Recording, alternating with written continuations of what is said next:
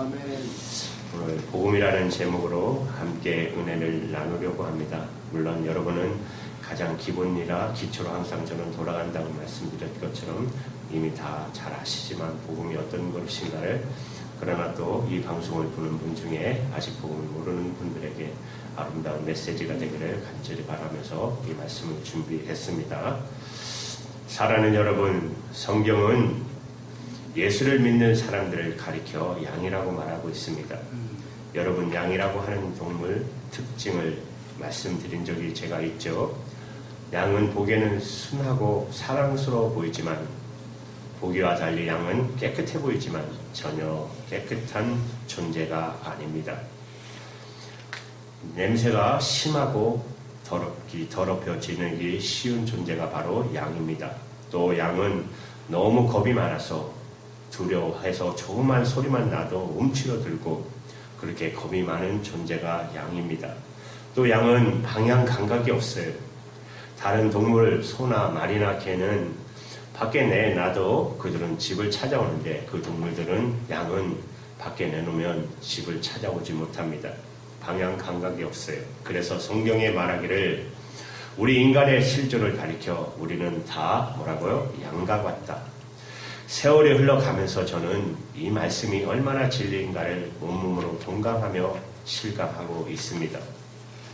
사람은 모두 깨끗해 보이지만 가까이 가면 얼마나 냄새가 나고 얼마나 쉽게 더럽혀지는 존재인지요.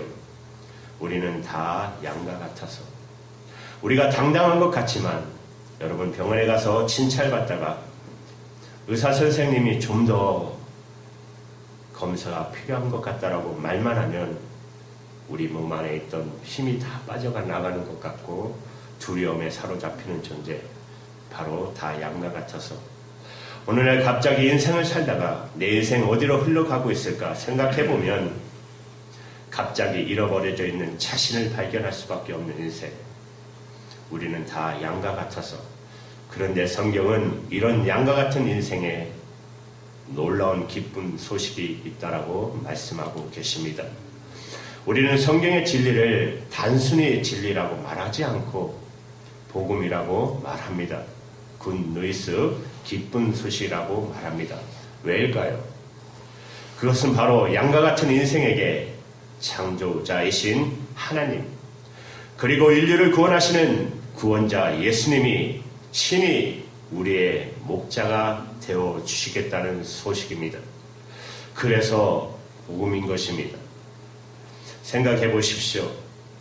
만약 목자가 양 곁에 있으면 더럽혀진 양을 씻어주지 않겠습니까?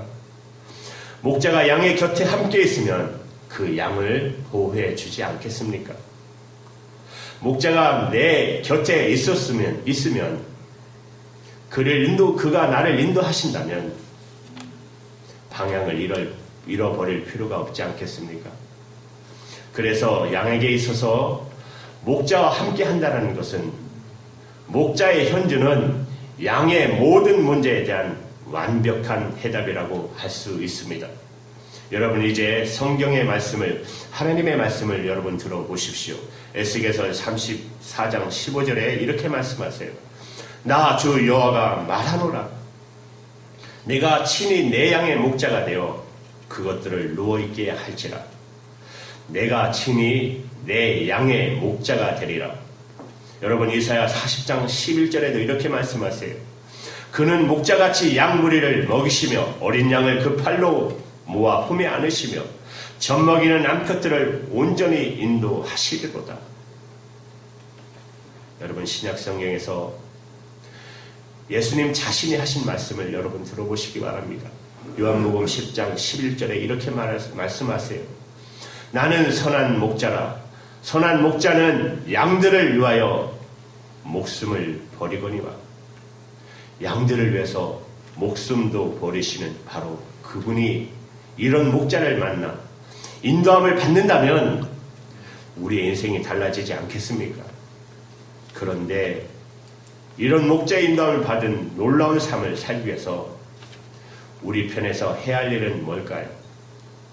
그것이 바로 오늘 본문의 말씀의 이야기입니다. 99마리의 양을 잃어 놔두고 하나 잃어버린 양을 찾아서 떠나는 어떤 목자의 비유, 어떤 목자의 이야기, 여기 한 마리 잃은 양을 찾고 있는 목자.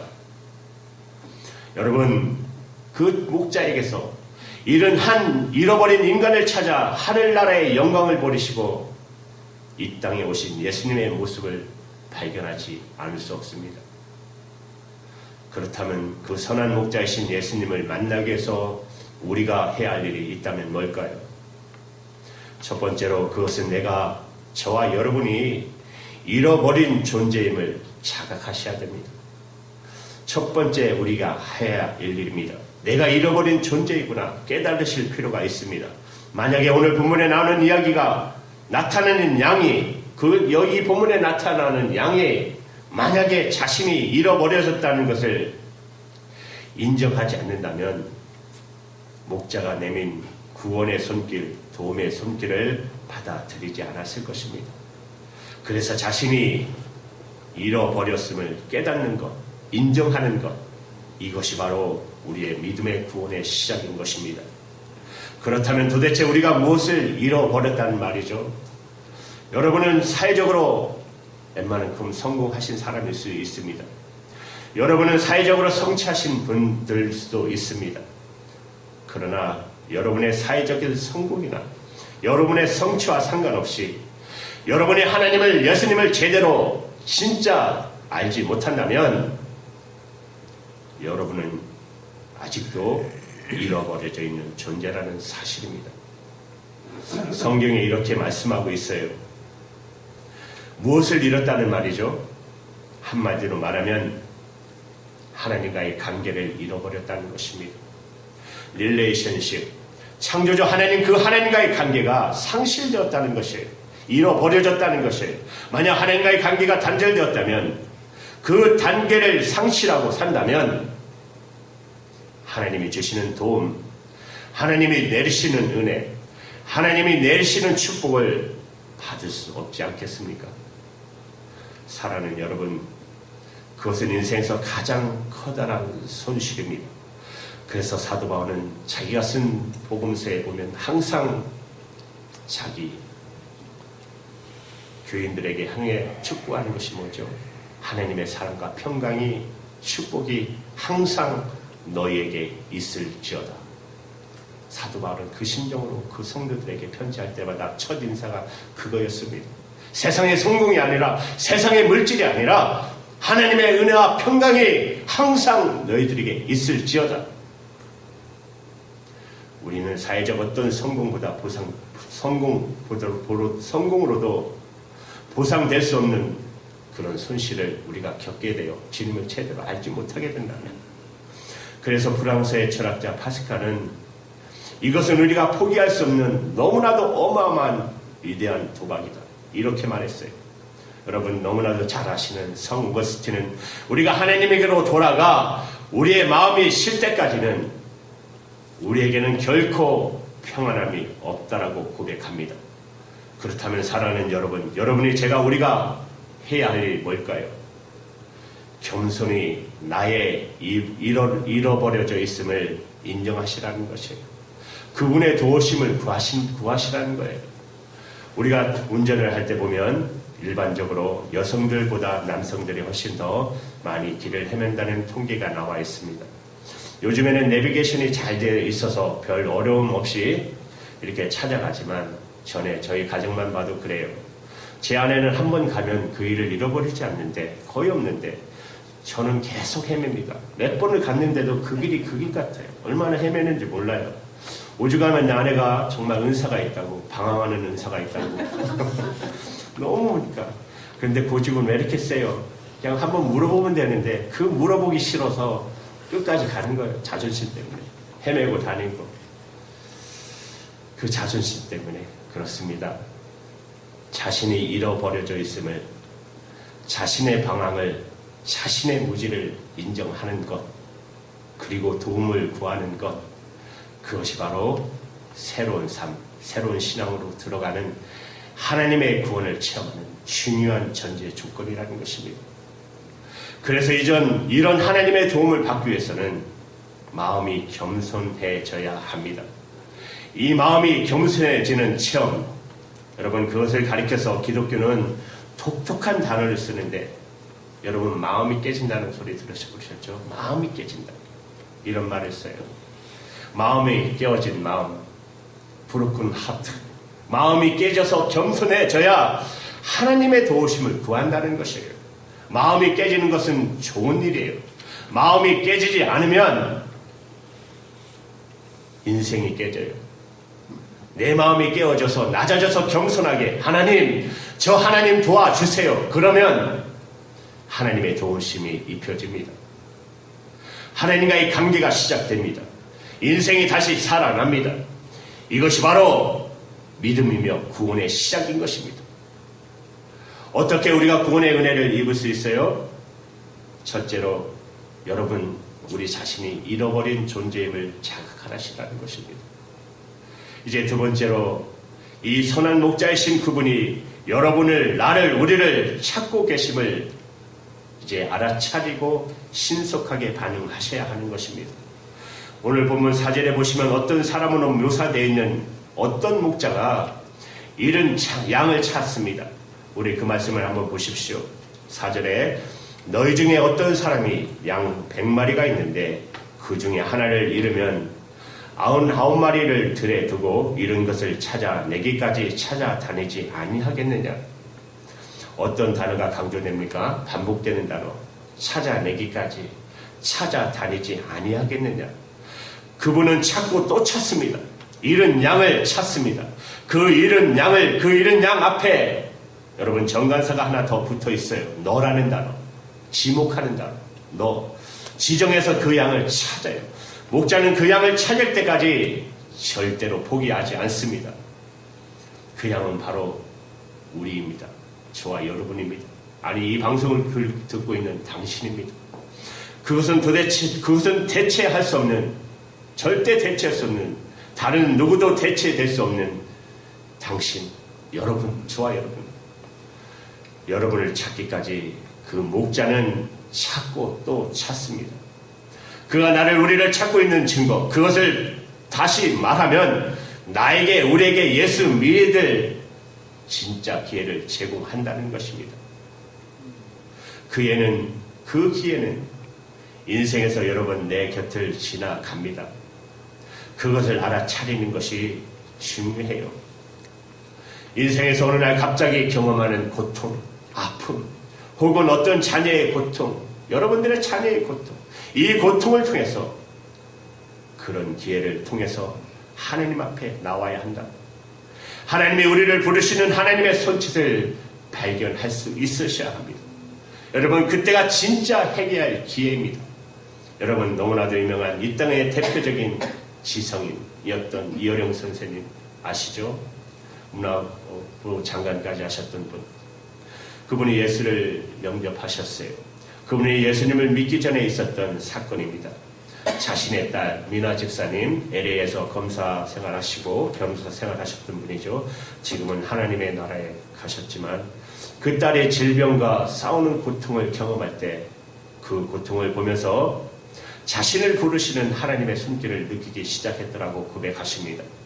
지금은 정말 예수님을 정말 잘 믿고 계시고 좋은 간증집을 내셨어요. 여러분 아시죠? 지성에서 영성으로 많은 사람들에게 사랑받고 있지만, 그가 예수를 믿기 전에 무신론 시절에, 그러나 무신론자의 마지막 시간에 하나님의 손짓을 느끼기 시작한 그때 그분이 썼던 시가 있습니다. 제목이 어느 무신론자의 기도 1편입니다. 이렇게 시작돼요.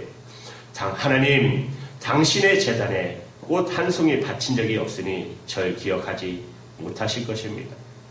좀 더 가까이 가도 되겠습니까?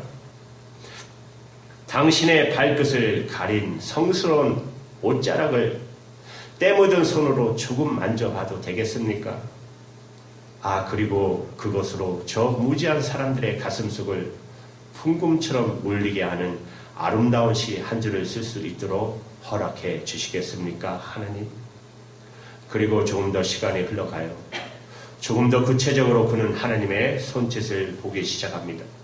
그러면서 쓰여진 시, 그가 주님 앞에 돌아오기 바로 직전에 쓰여진 시, 무신론자의 기도 2편입니다. 이렇게 시작해요. 당신을 부르기 전에는 아무 소리 들리지 않았습니다. 당신을 부르기 전에는 아무 모습도 보이지 않았습니다. 하지만 이제 아닙니다. 어렴풋이 보이고 멀리에서 들려옵니다. 어둠의 벼랑 앞에서 내가 당신을 부르면 지척도 없이 다가서시며 내가 거기 있었느냐? 내가 그동안 거기 있었느냐?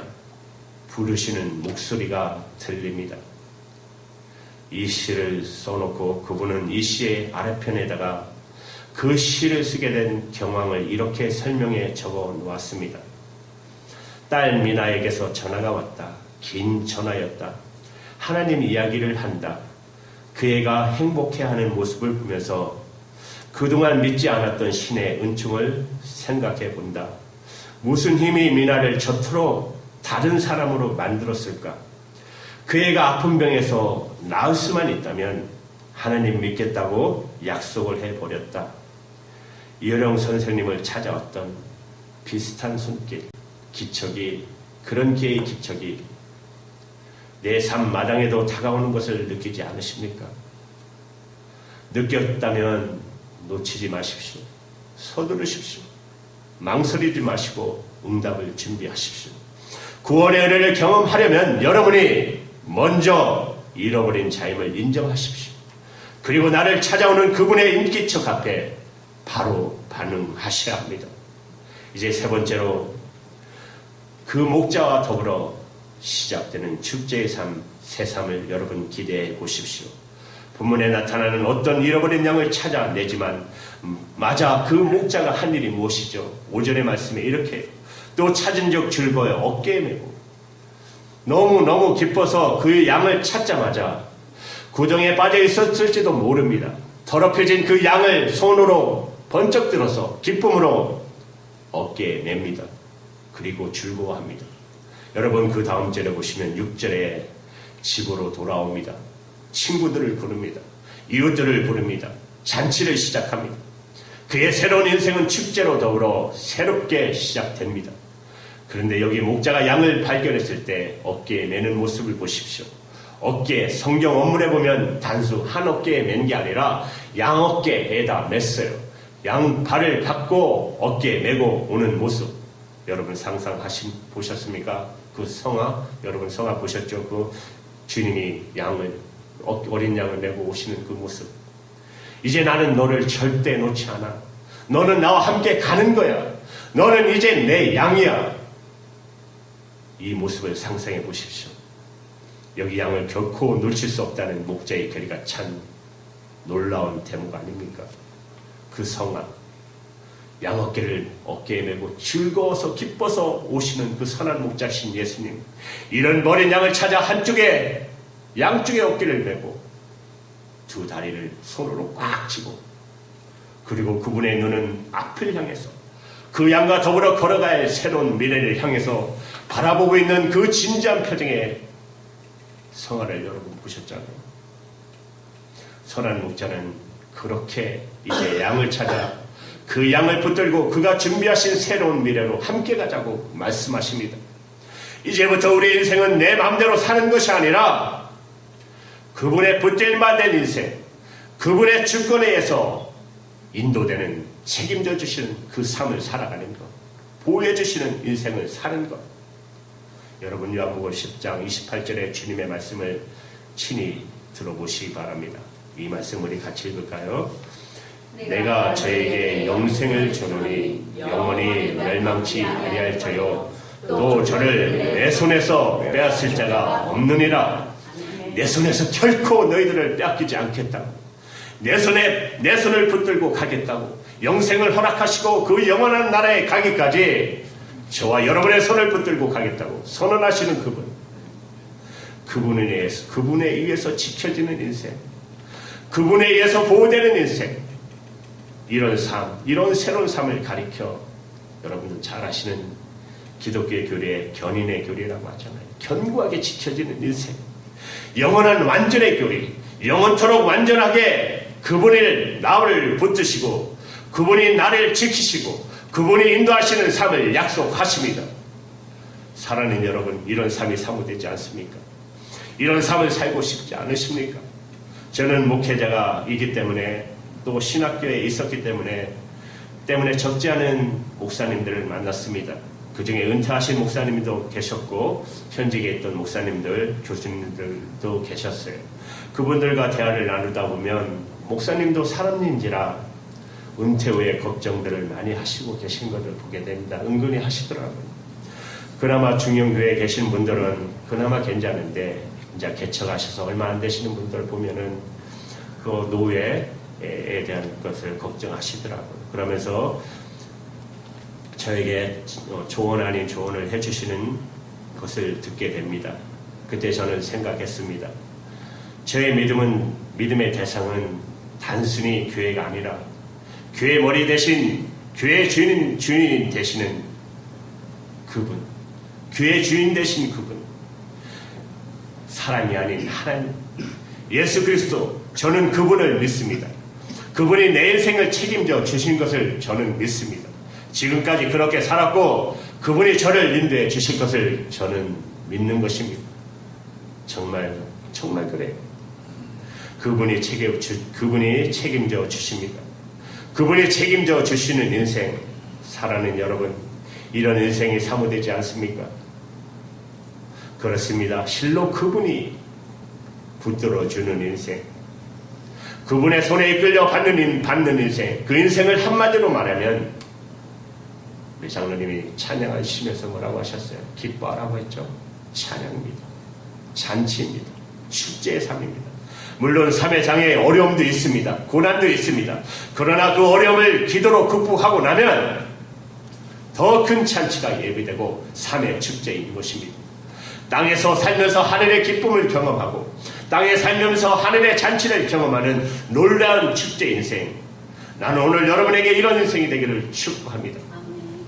이런 인생 우리에게 선물로 주시고 싶으셔서 그분은 이 땅에 오시사 우리의 절망, 우리의 차질의 원인인 죄를 짊어지시고 십자가에 그을려 돌아가시고 장사한 이 삶 안에 부활하시사 살아계신 그분, 지금도 우리 예배 가운데 함께 계시는 그분, 이제 내 민생의 목자가 되시겠다고, 그분을 받아들이기만 하면, 그분을 믿기만 하면 그분은 선한 목자가 되어 우리 인생을 인도하겠다고, 오늘 그분을 인격적으로 마음속으로 여러분 다시 한번 영접하시고 하나님이 보호하시고 하나님이 지켜주시고 하나님이 책임져 주시고 하나님이 인도하시는 축제 인생을 소유하시기를 주님의 이름으로 축복합니다.